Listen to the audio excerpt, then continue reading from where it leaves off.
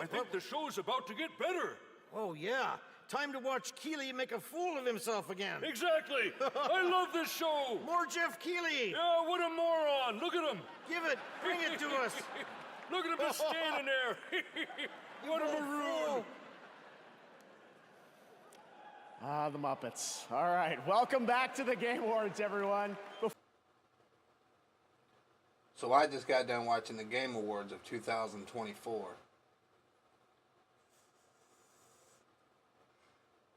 They've been cooking.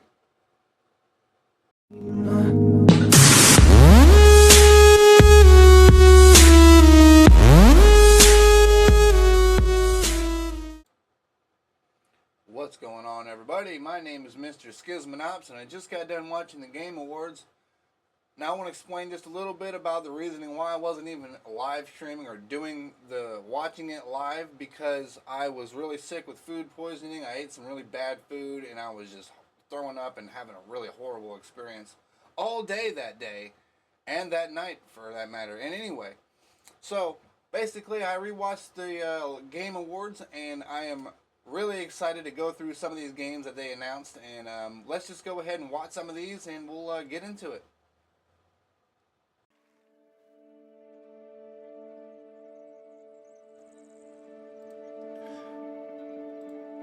Okay, everyone, the first game on our list is from the creators of Core Keeper, and this game is called Kiora, I'm pretty sure. I might be pronouncing that wrong, but this looks like a Terraria style game, and I'm a huge fan of Terraria. I have a lot of hours on the Xbox 360 and a lot of hours put in on the Steam version of Terraria.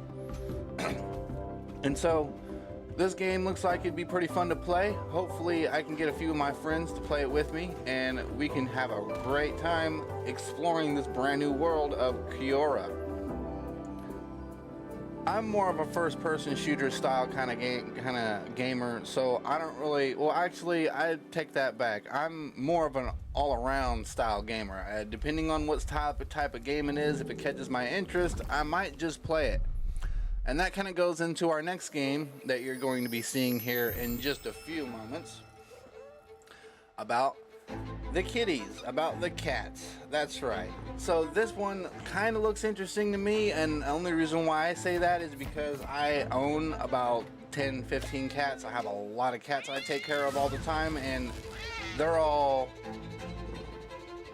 I don't know, they're involved in my life in such a way to where I have a soft spot for cats. And now don't get me wrong, I like dogs too, but simply because I have so many cats, that this game looks kind of interesting to me. And so I figured once this game comes out, or a little bit more information of this one comes out, I'm going to find out what style of game this is. Now if this is the type of game where you just craft your own home, or you craft your own cat and you put your own clothing on your cat and change their eye colors and all that crazy stuff, I'm not really into that style of game. So we'll see what this game is about once it finally gets released.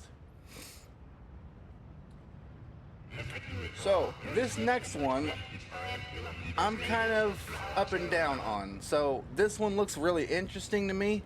I'm gonna have to figure a lot more about it once more information comes out on it. I don't think that we're gonna find out very much more on this anytime soon, because there's no release date, there's not even a name for this game yet.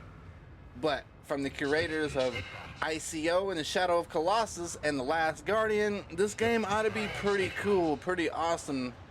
So I'm really curious to find out what this game is going to be about. Now I'm just going to let you guys watch the rest of the cutscene, and then I'll talk about the next game when it gets on screen.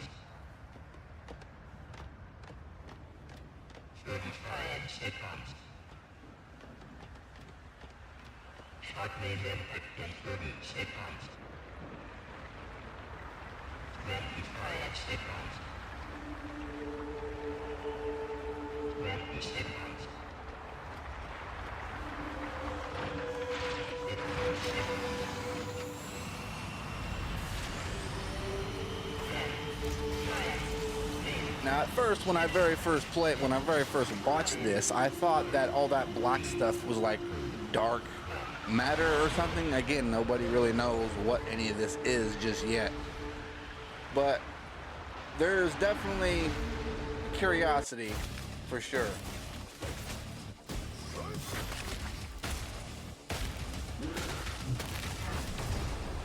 right, now the next one is Killing Floor 3. Now, I have never played Killing Floor 1 or 2, and this trailer alone had me inspired and made me go on Steam and see how expensive the games were, and come to find out, Killing Floor 1 and 2 were like 90% off. And so I purchased both Killing Floor 1 and 2 on Steam for like under $5. It was like $3.50, something like that. And so we're definitely going to be playing through Killing Floor 1 and 2 as soon as I get done with the game that I'm working on now. I'm thinking I got Legacy of Kain, Soul Reaver 1 and 2 remasters when I'm working on there. I'm just about done with that. So as soon as I get done streaming that, I'll definitely play Killing Floor 1 and 2. And when this game gets released, if I like Killing Floor 1 and 2, we're going to play that game as well.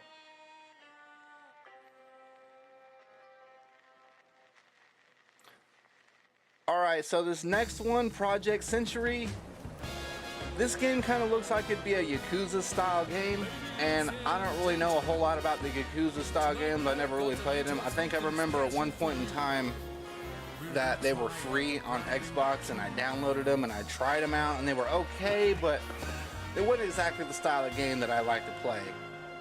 But this one, actually, with the updated graphics and everything looking so good, and all these games that are coming out nowadays that have amazing graphics and just amazing movable, you know, being able to move around in the game is what intrigues me to want to play this one. And also all the different elements in the game, as you can see with the rain and all that stuff. I mean, that stuff is taxing on your console, gaming PC, whatever you use to game on. And with all the crazy effects going on in the game, it looks like it's going to be a pretty awesome game. So this is why this is in here, because I'm interested in seeing what this game is going to be when it finally gets released.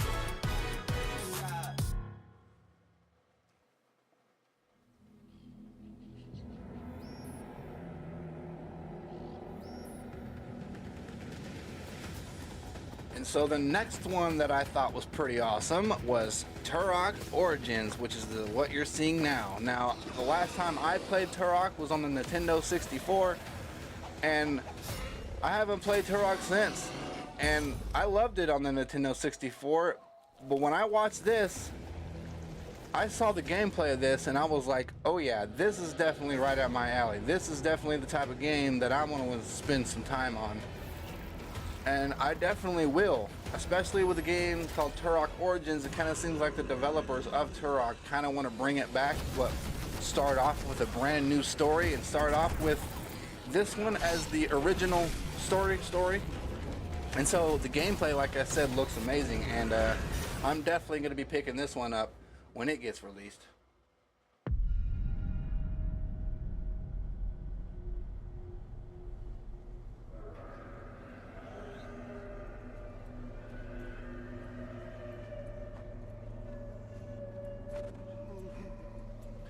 Alright, so this next one, I kind of wanted to add this in here because the cutscene of this game was so amazing and it looked so awesome, and I had no idea what this game was even going to be like.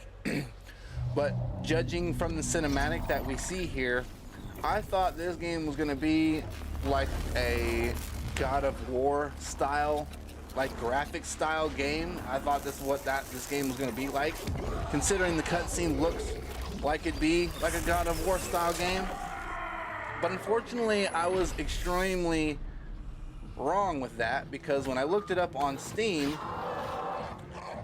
it just wasn't exactly what I thought it was. It was definitely an anime style game, and I'm not really into the whole anime style games. And also, I think if you're gonna make your trailer, or not really, I guess your game trailer look this good, and your gameplay doesn't support the trailer when it looks this good, I just don't think that's the right direction you should go, because you're kind of manipulating people's thoughts on thinking that this game is going to look and be this good, and then when you look at the actual gameplay footage, it looks like a Borderlands type game, and it don't look that great.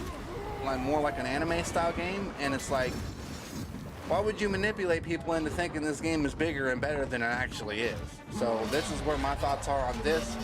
Like I said, this cinematic is awesome. This thing is amazing, and I thought this game was going to be a little bit more better than it actually is. Now, towards the end of this trailer, you're going to see what the gameplay actually looks like and what the game is actually going to be. And so you'll see that here in just a few moments after the end of this. I mean, just look how brutal and awesome this game. Like I said, it looks more like a God of War kind of style game, you know? But it ain't, which sucks. And I was gonna fucking get it. I was gonna pre-order this shit. I was gonna be so excited to get this game, but then this happened.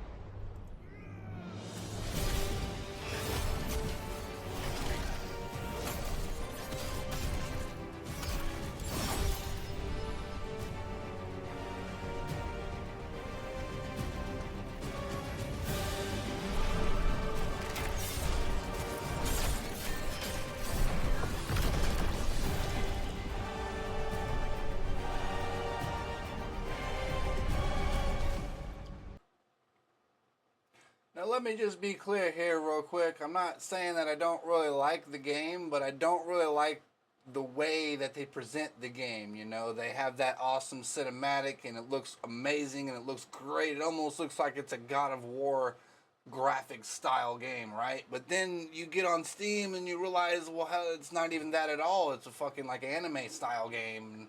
How could you have that awesome cinematic then have your game look like this? Now, I'm not saying that the game isn't good. I'm sure the game is probably awesome. I'm sure it's great. I might even look into it. I might even play it. You never know. But I just don't like that misdirection that seems like it's, you know, I don't know. I don't like that shit.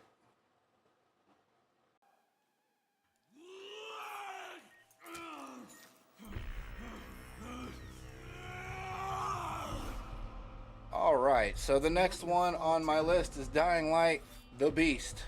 And this game looks kind of interesting. Actually, I think it's going to be really awesome. Because I'm a huge fan of Dying Light. And I played through Dying Light 1 on my channel not that long ago, about a month ago.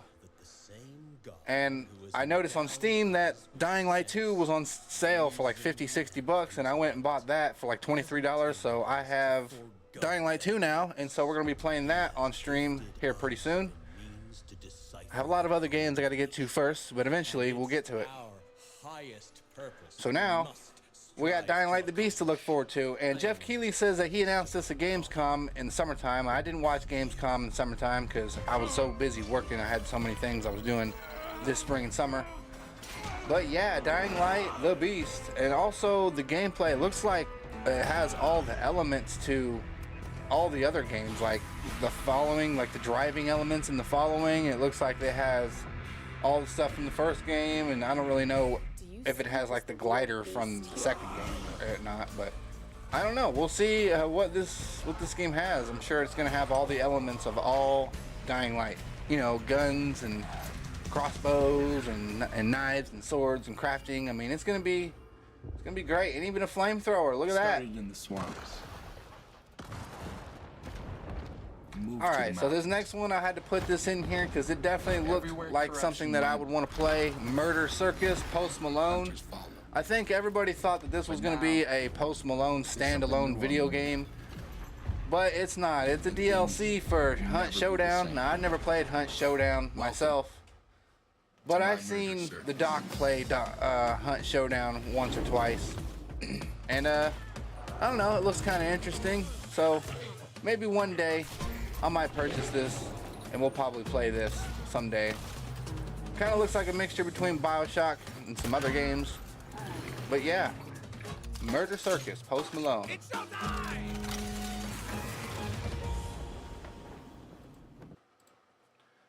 Okay, well, there you go, ladies and gentlemen. That was the Game Awards of 2024, and the game of the year was Astro Bot.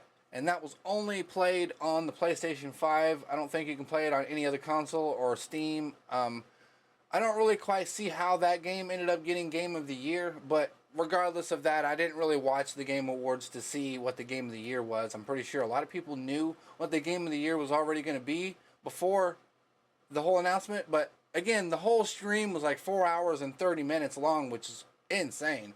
But that was an awesome event that they had there.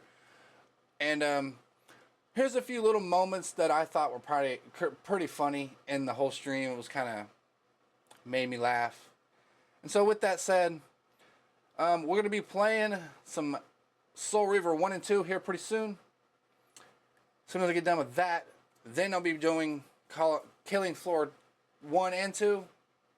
And so after that, we'll probably be doing some Dying Light 2. And I have a whole lot of things that we're going to be doing. So if you like the sound of that, look forward to seeing that. Anyway, here's a few moments, like I said, that I thought were pretty funny in the whole thing. So check it out.